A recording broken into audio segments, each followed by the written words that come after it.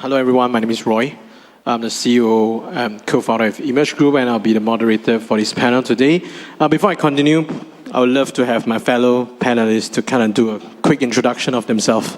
Stefano, please. Hey guys, I'm Stefano, CEO and co-founder at Shards, and we are currently building Aura. Now, to illustrate what Aura is, I'd like to ask, who here is on X? Raise your hand, please. For those on your phone, you're probably on X right now. And so when you're on X and you try to verify if you trust someone, how do you do it? You look at their followers, you look at their the blue check, you look at the mutuals. But that's limited information, right? And so this is where Aura comes in. Aura is the on-chain reputation layer that allows you to showcase your credibility on X. And the way that this is done is by allowing users to connect their wallets to the Aura ecosystem, and the Aura ecosystem scores them according to the different sectors of Web3, whether gaming, DeFi, NFTs, etc. And as a user, I am able to showcase this on X, and this allows me to verify whether I should trust other people, and at the same time showcase my own credibility that I'm some person you can trust as well. And so that's a gist of what we're building, and yeah, super excited to be here today. Thank you so much. You? Hello, Hello everyone, I'm Ayato from the Japan Blockchain Week. I'm the co-founder of the Japan Blockchain Week and BAYC Japan and also Azuki Japan. So Japan Blockchain Week started from around 2018. In the first, we just started from the non-fungible Tokyo. It's an NFT-focused event. But later, gradually we combined the many events, DeFi and infrastructure. And since 2022, we rebranding to Japan Blockchain Week. And yeah, thank you for having me. And Japan Blockchain Week this year, collaboration with the Taipei Blockchain Week. Thank you so much. Yeah, maybe we can jump straight into this panel's discussion topic. I really like the topic, programmable influence, with social files being as one of the core new narrative recently with InfoFi and so on and so forth. Back then was DID, right? With on-chain reputation, we've seen many others as well. And with Shards being one of those that has been leading the charts. So I would say one of the key things that I really want to understand is on the terms of identity composability across different applications, right? What's your thoughts on that with regards to how Shards is implementing actually? I guess to begin, I think on-chain identity is very crucial, right? Because we're in a space where trust matters so much. There are a lot of bad actors in the space. We see people scamming, rugging, and so right now we have to enforce trust, right, in the space, especially that we're onboarding more people as we go forward. And so that's why we're actually building Aura as well, right? We want to add a new layer of credibility. With what we've seen with InfoFi, there's Kaito and Cookie 3, for example. And Ethos as well. Sorry? Ethos as well. Ethos as well, right? So it's a great way to monetize attention.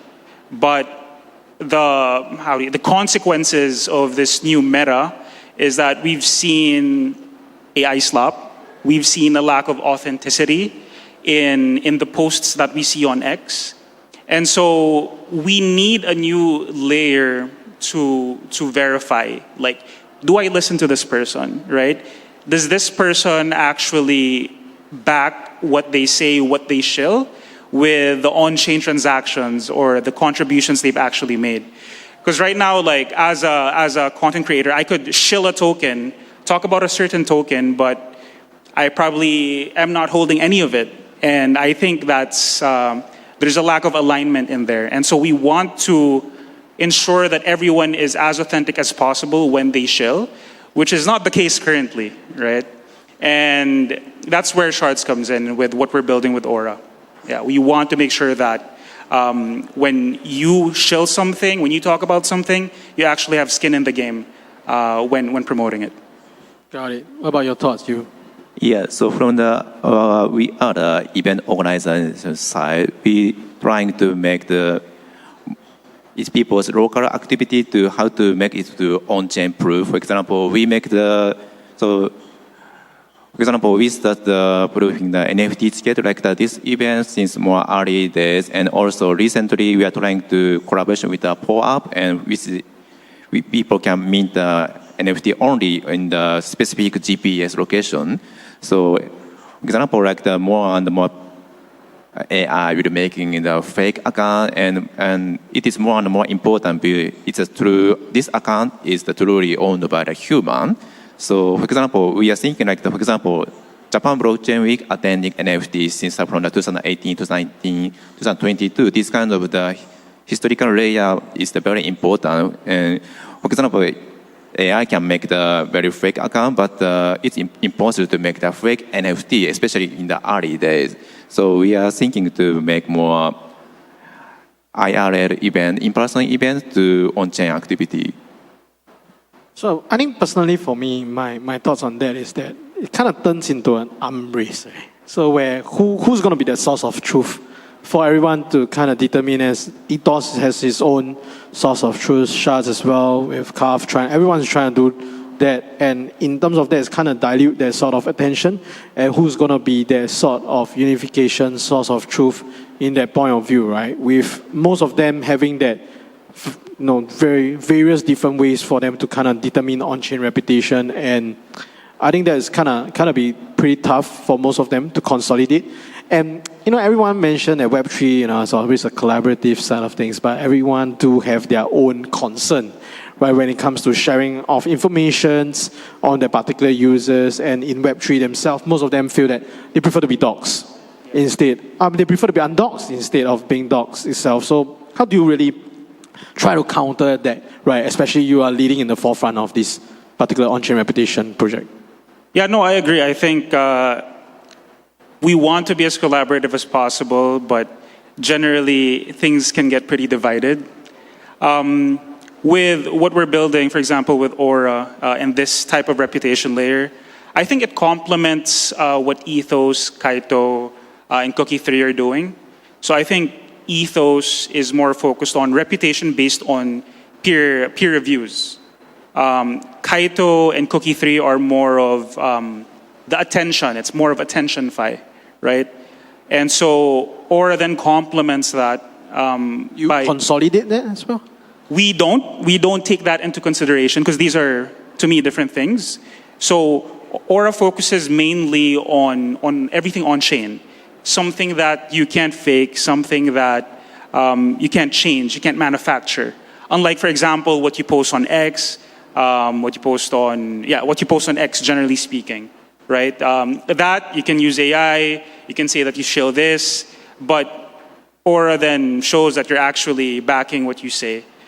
I think that these different platforms have a potential of collaborating and working together. I think there can be a path to unifying these three into one way to be able to verify someone's identity. And I think personally, from my perspective, that's something that I'd like to work towards, being able to consolidate reputation into a singular way, right, that people can just see at a glance. Yeah, and maybe to you itself, right? So basically you mentioned a little bit on NFTs identification when it comes to events. I believe there are quite a couple of guys that's trying to do that as well, with Moongate recently leading the charge. And congrats to them being, acquired by Humanity Protocol. Great achievement, by the way. So, I mean, what's your takes on that, right? There's also so many different parties. Luma, right? We have Moongate show up recently. There's so many guys that's trying to capture that. So what are your thoughts on how can we consolidate into one particular identity so that event goers like us don't have to be so confused on which one to use, right?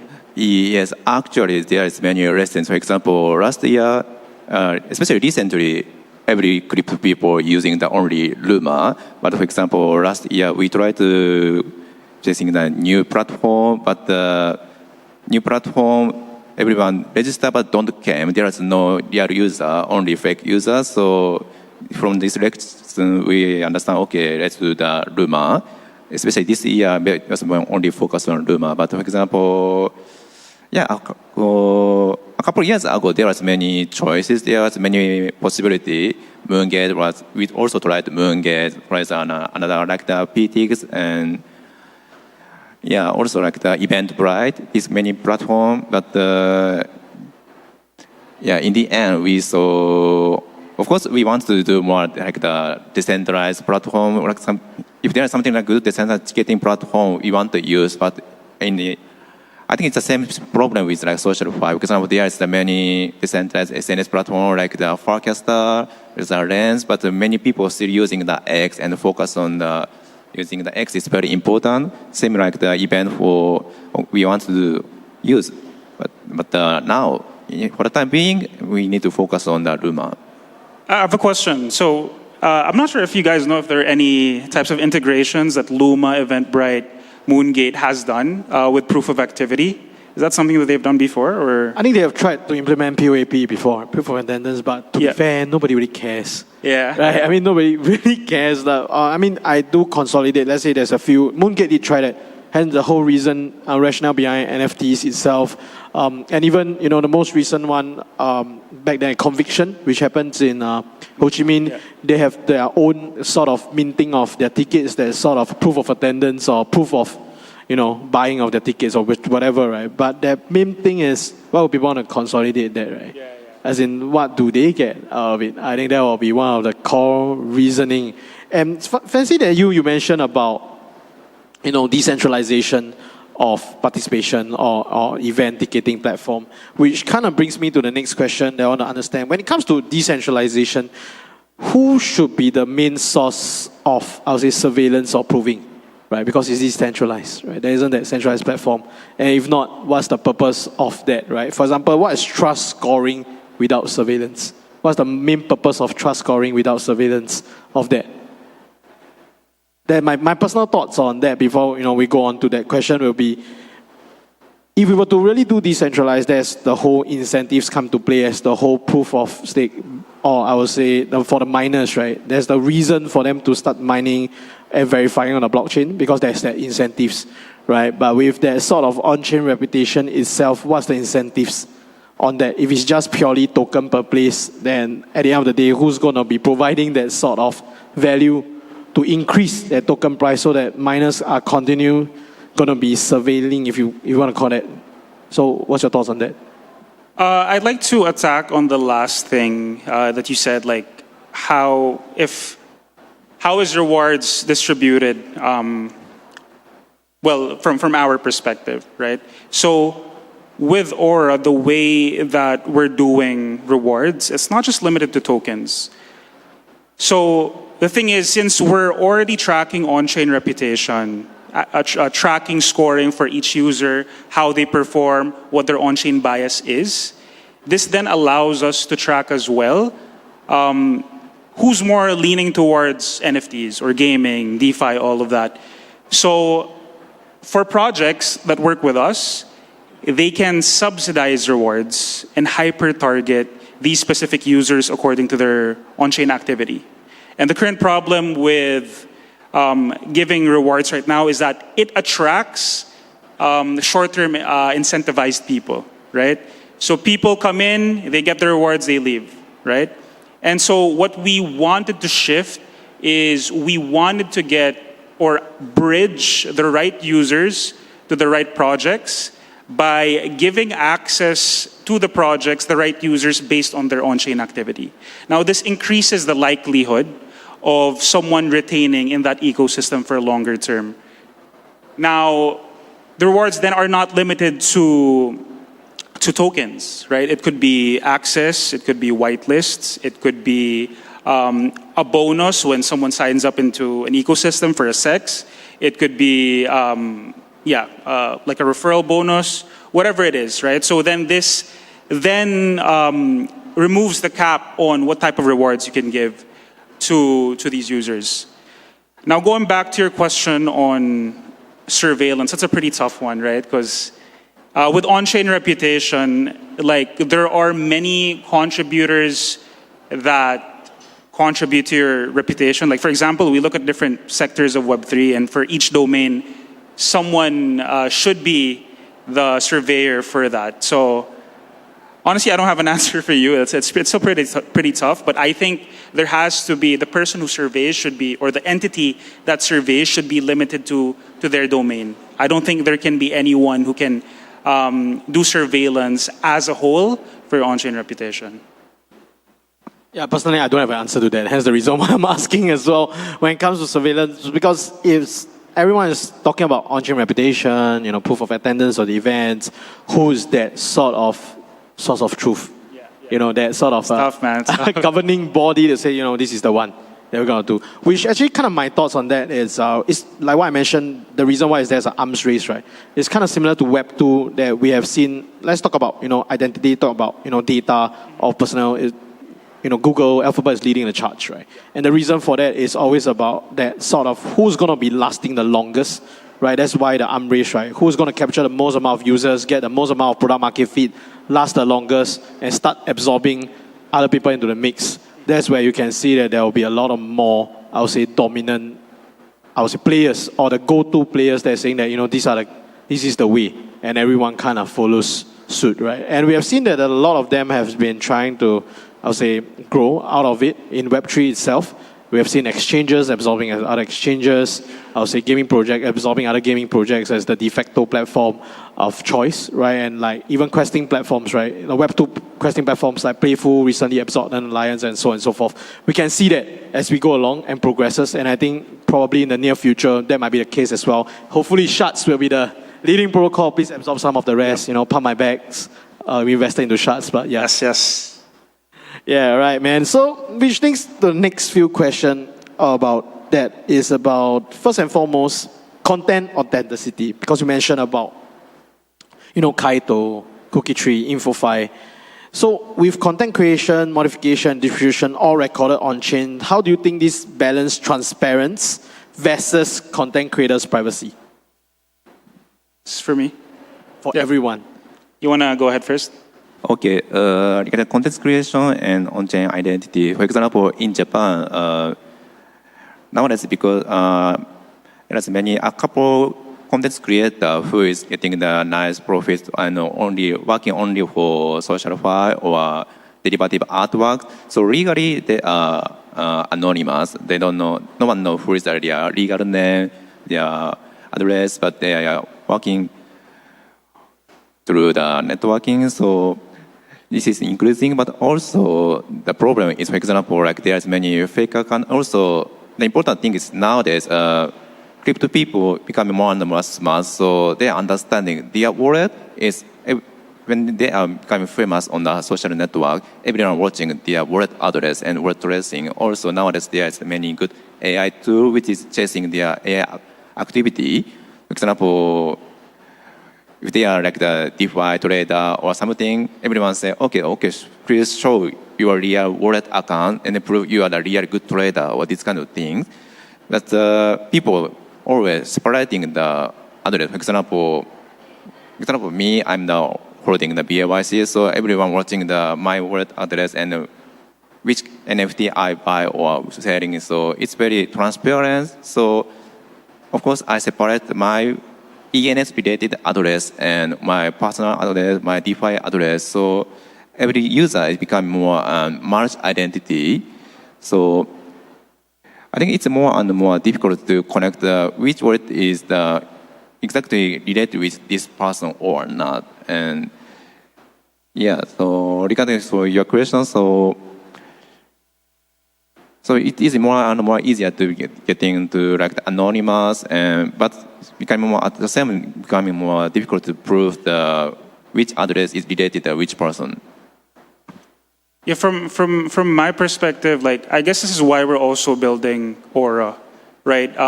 It balances that. It balances the privacy while at the same time showcasing your identity. How is this done, right? So let's look at the like one side. If you were to prove your credibility by posting your wallet addresses on there, then that would be like fully like going against your privacy. Like you're showcasing everything there.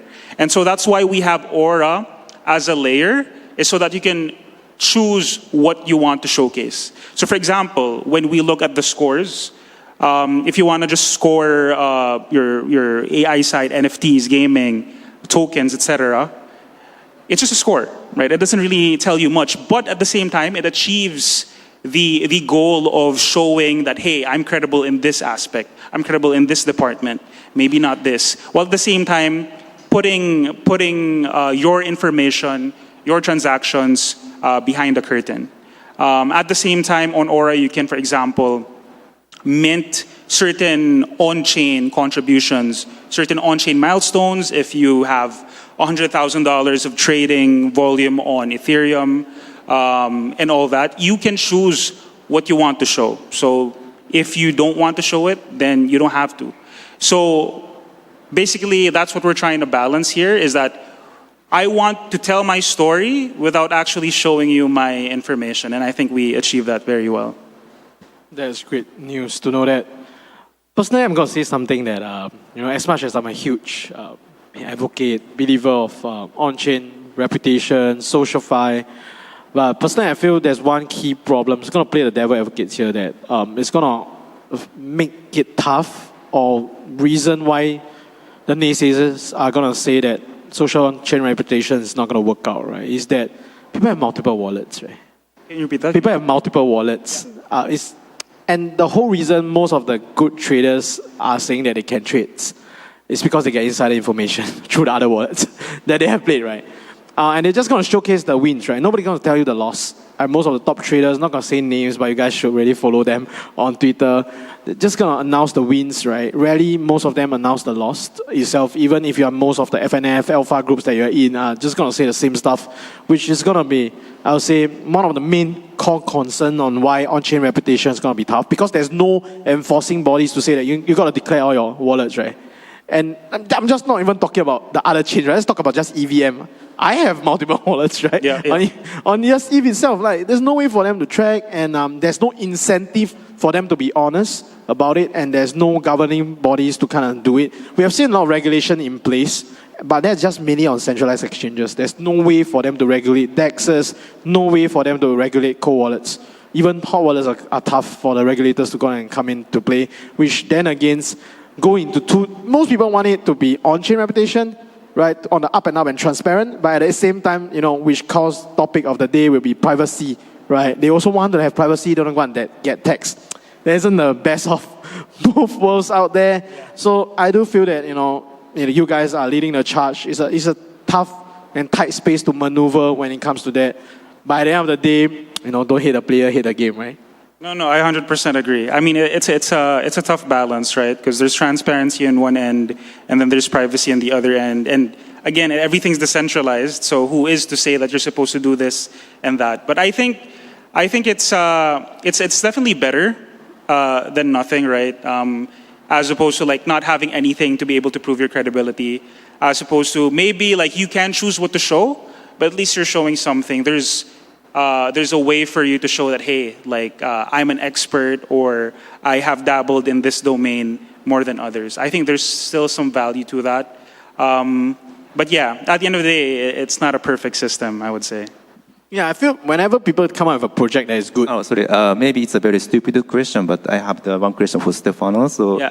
For example, you are in your platform. If the KOL selling the airdrop very soon, it will affect the BAT score for in your platform. Is it not? Yeah. So basically, what you can do on our platform is you can mint certain SBTs, soulbound badges. So, for example, if you're holding X amount of, let's say, Shards, the Shards token, you can mint that into a badge. But as soon as you sell it and you don't have the Shards in the wallet to prove that, that badge then gets grayed out.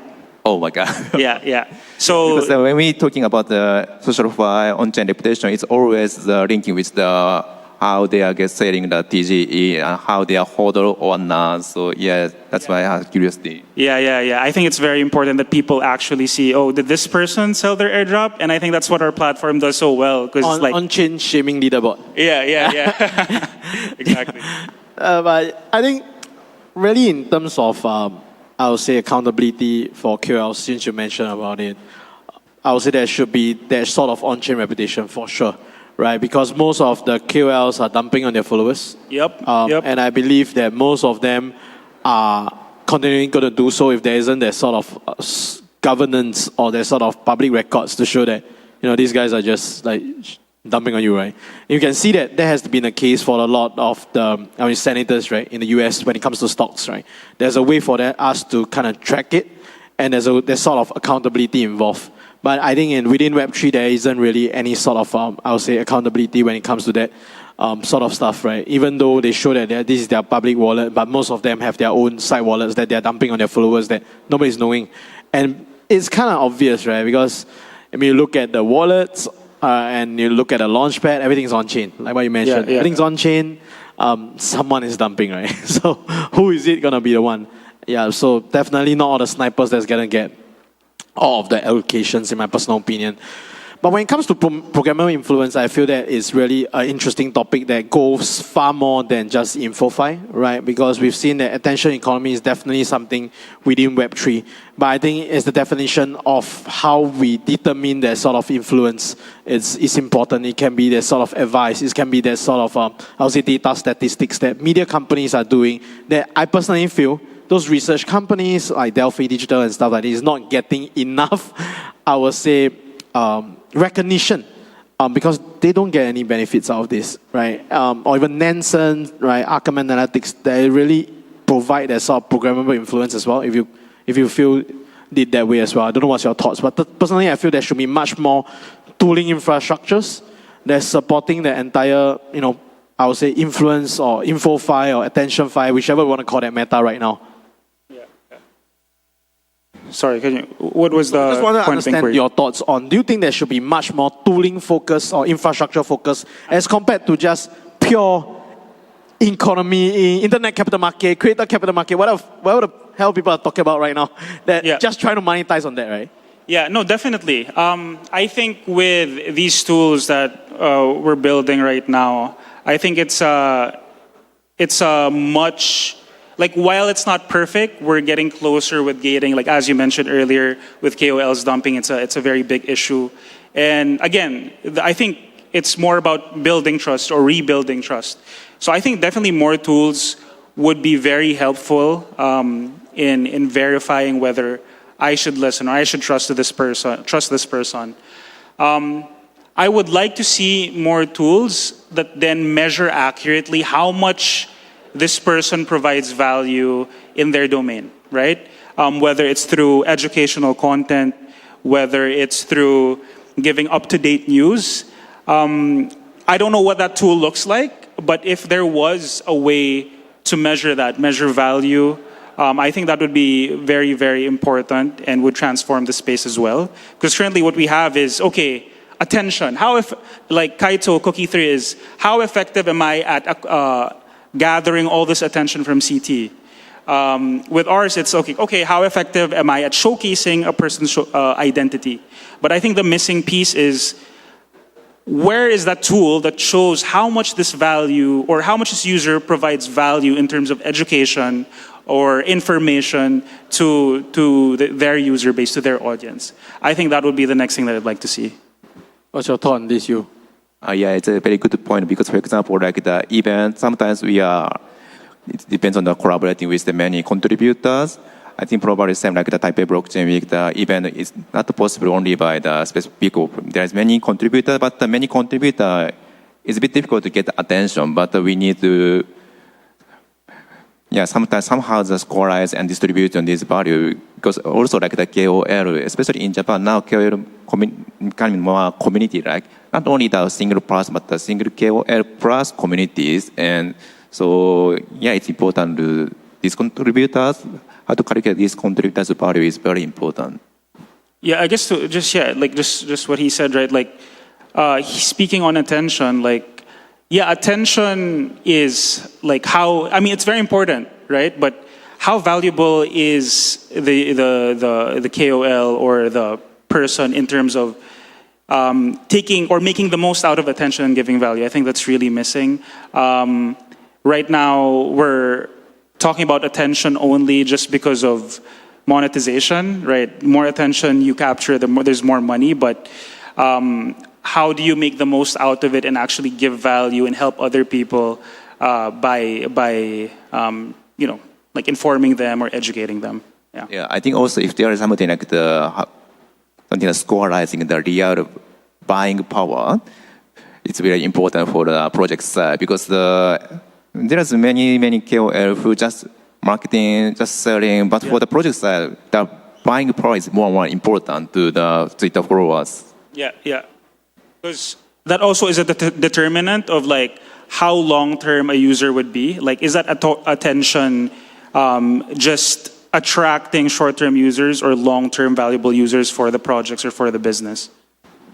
All right, awesome. I think we're going to come to the end of the discussion, but before we end this off, I would like to give each of the fellow panelists a quick 30-second shout-out of what you guys are going to do, what's up next, so that anyone who's here would love to connect with them can probably read for them. What's next for you guys at Japan Blockchain Week? What's next? What you guys are planning up to right now? Yeah, so for Japan Blockchain Week side, so we organize the Japan Blockchain next year, July. So yeah, please check on our site. And so next year we are thinking to more collaboration with the global community. So yeah, if you have any interest, please contact me. Right, nice. Yeah, for me personally, calling everyone to follow me on X if you want to know more about Aura.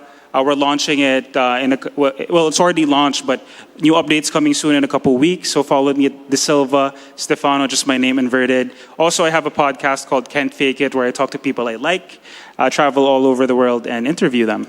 So yeah, that's it. Awesome. I'm Roy. Any gaming projects, please look for us. We'd love to know more of you guys, and we do a lot of Web3 gaming as well. So thank you so much, my fellow panelists, and thank you, Taipei Blockchain Week, for the opportunity. Signing out. Peace. Thank you. Thank you.